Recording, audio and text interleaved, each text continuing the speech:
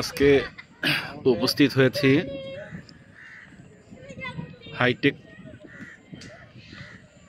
পার্কের পাশে বুলনপুর বাঁধ। এখানে প্রচুর লোক মাছ ধরছে। পদ্মা নদীর যে চিত্র দেখা যাচ্ছে তাতে দেখা যাচ্ছে নদীটি খুব বেহাল দশায় পড়তে যাচ্ছে প্রতিনিয়ত।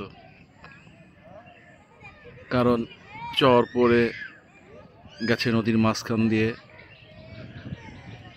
নদীতে পানি, এখন বর্ষাকাল, তারপরেও অপর্যাপ্ত পানি।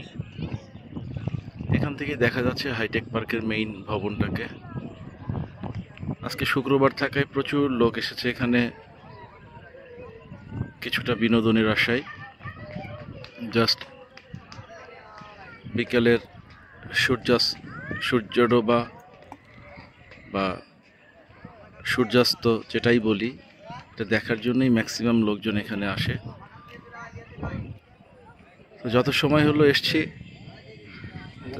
তাতে কাউকে দেখলাম না মাছ ধরতে।